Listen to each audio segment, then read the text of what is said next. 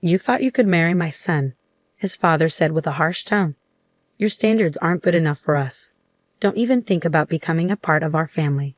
The fact is, you're not the right person for my son. Now, go." That's how coldly my father-in-law spoke to me, and my mother-in-law joined in too. "You would have approached Alex for money anyway," she added. "My name is Kate. I'm 34 years old and I work for a company. Ever since I finished university, I've been working at the same place for years. Some of my colleagues left to start their own businesses, get married, or have children. In those situations, I stayed at the company, dedicating myself to my job every day. You might think I'm a lonely workaholic woman, but I'm not. I have a boyfriend named Alex. Alex was a business partner. I thought he was a nice young man who took his work seriously. After working together several times, we started to like each other. He confessed his feelings for me, and we began dating.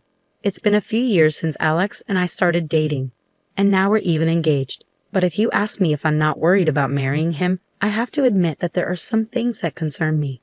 He's younger than me, and I wonder if he'll be okay with the age gap, even though he insists it doesn't matter. By the way, Alex's father owns a business, and Alex himself works for his father's company. This means that in the future, Alex will take over the company and become its president. I'm afraid his parents might not approve of our marriage. I've been feeling uneasy about this for a while. Of course, I was thrilled when he proposed to me, but I have doubts about whether we can really go through with getting married. However, Alex doesn't seem bothered at all. His optimism is one of the things I really love about him. He has already met my parents, and we've enjoyed many nice dinners together. My parents have already given their blessing for our marriage, and they really like Alex. Finally, the day came to visit Alex's parents. For weeks, I had been incredibly nervous about meeting them. Their house was as spectacular as expected for the president of a company. A huge mansion that made me feel like I was in a royal palace or something. At that moment, I instantly started wondering if my clothes were right for this place. I had chosen some nice outfits, but I wasn't sure if they were fancy enough. Coming from a more modest background, Alex's home felt like a different world to me. Alex often treated me to fancy dinners at upscale restaurants, and he always booked luxurious hotel rooms for our vacations. He saw these things as normal, but sometimes I felt a bit out of place, like we were from different worlds. Despite this, he never imposed his values on me, and he never flaunted his wealth. I don't judge people by their money. I fell in love with you because of your personality and your inner beauty. At first, I questioned why a younger, handsome man like you would be interested in me, but your kind words reassured me that you truly accept me for who I am. Because we love each other deeply, inside and out, Alex and I are planning to get married. I feel like I've found an amazing man, and I really hope your parents approve of us. Don't worry, babe. I've already talked to my parents about you, he reassured me. Then the front door opened, and his mother greeted us warmly. "Welcome, you must be Kate." "Yes, I'm Kate. Nice to meet you," I replied. His mother gave me a quick nod and ushered us inside. The living room was enormous. Alex's father was already there, seated on a large, luxurious sofa. I felt a sudden rush of nerves. Meeting his mother had made me anxious enough, but his father seemed even more intimidating, fitting for the president of a company. "It's a pleasure to finally meet you. My name is Kate. Thank you for inviting me today," I managed to say, my voice trembling slightly. Alex looked at me and smiled reassuringly. "Don't be so nervous." But his parents weren't smiling. Their gaze was cold and unwelcoming. I could feel myself tensing up. "Please have a seat," his father instructed, gesturing towards the sofa. The atmosphere felt tense, almost like a formal interview. "Well," I started nervously, but his father interrupted me as soon as I sat down. "No," he said abruptly, and his mother nodded in agreement. "Hey Mom, Dad, what's going on?" "Why are you saying no? That's really rude," Alex interjected, clearly upset and trying to defend me. But his parents appeared unmoved, ignoring his protest. "How old are you anyway? You look quite old," his mother bluntly remarked. "I'm 34, I replied, trying to keep calm. "Goodness, you're 6 years older than Alex. How can we accept Alex marrying someone so much older?" His mother continued. "And besides, it might be too late for you to have children, isn't it? We want someone who can give us grandchildren." Personally, I think Alex should marry a younger woman Younger than him, she added, her voice cold and dismissive. I had expected them to bring up my age. And you're still single at your age. It makes me wonder if there's something wrong with you. Maybe you're too picky or have a difficult personality, his mother concluded. Mom, what are you saying? Kate is an amazing person with a great personality. Alex defended me once more. Then why haven't you been married before? His mother's sharp question pierced the air. Excuse me, I said firmly, feeling compelled to explain. I know I'm a bit older to be getting married now, but I love my job and I've always wanted to focus on my career. That's why I didn't get married until now. It wasn't until I met Alex that I realized I wanted to settle down. I felt overwhelmed by the pressure from his parents. Despite my efforts to explain, their attitude remained unchanged. Shouldn't you be working harder? Your company isn't that big. Even if you work diligently and get promoted, the pay must be quite modest, isn't it? His father criticized. I think you should consider making yourself more attractive as a woman. Maybe some cosmetic enhancements could help. His mother added bluntly. Honey, that's too direct. Alex interjected, trying to soften the mood, but his parents chuckled dismissively. I was shocked and hurt, unsure of how to respond to their harsh comments. You thought you could marry my son. Your standards don't match ours. Don't you dare dream of joining us. Anyway, the point is, you're not the right person for my son. Now, leave, his father coldly stated. His mother joined in, saying, You would have approached Alex for money anyway. I don't know how you fooled my son, but you can't fool us too. That's enough. I finally snapped. You can say whatever you want, but it's my life. I'm going to decide whom I marry. Alex tried to defend me, but I stopped him. I see. I understand your feelings, but it's incredibly rude of you to say such hurtful things to me, especially since we just met, I declared firmly. I don't care about wealth. It's not important to me, but if I were to become rich, I definitely wouldn't want to be like you. With that, I stood up. We don't need to continue this conversation, I said, walking out of their house. You've got to be kidding me. Don't you dare insult us, you beggar. We'll never allow you to marry my son. I don't want to be related to people like you anyway, his father shouted after me. Ignoring his words, I left in frustration. Kate, I'm sorry.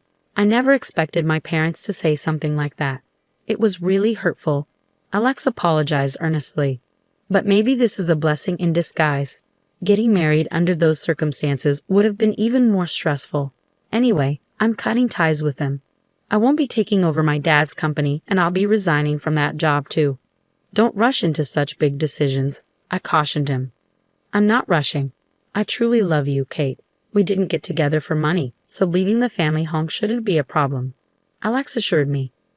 Well, that's true, but let's go to your parents' house and talk to them, Alex suggested, holding my hand as we walked. My parents were surprised by our unexpected visit but welcomed us warmly. Over tea, we explained what had transpired. My father listened quietly. Alex, your father's company is Space Sea, correct? And his name is Patrick Smith, my father suddenly asked. Yes, but why do you ask? Alex responded, puzzled. I see. Just as I thought. How about we go visit your parents right now? My father suggested. Dad, what's going on? Because they said they wanted to see her face, didn't they? Let's go show them a face, then, my father said firmly. My father wasn't one to usually stir up trouble, so I was taken aback, but he seemed resolute. We had no choice but to go along with him. So we found ourselves back at Alex's parents' house once more. This time, it was Alex's father who answered the door, not his mother.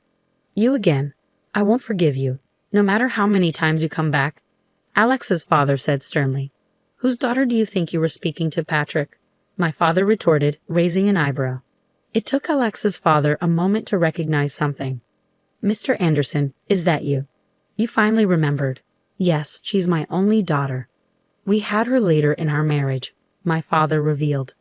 By the way, how dare you insult my precious daughter? Have you forgotten what I did for you 3 years ago? No. You see, when you were arrested for smoking, drinking, and even caught shoplifting, I covered for you and gave you the chance to turn your life around, didn't I? I did everything I could to help you get a decent job.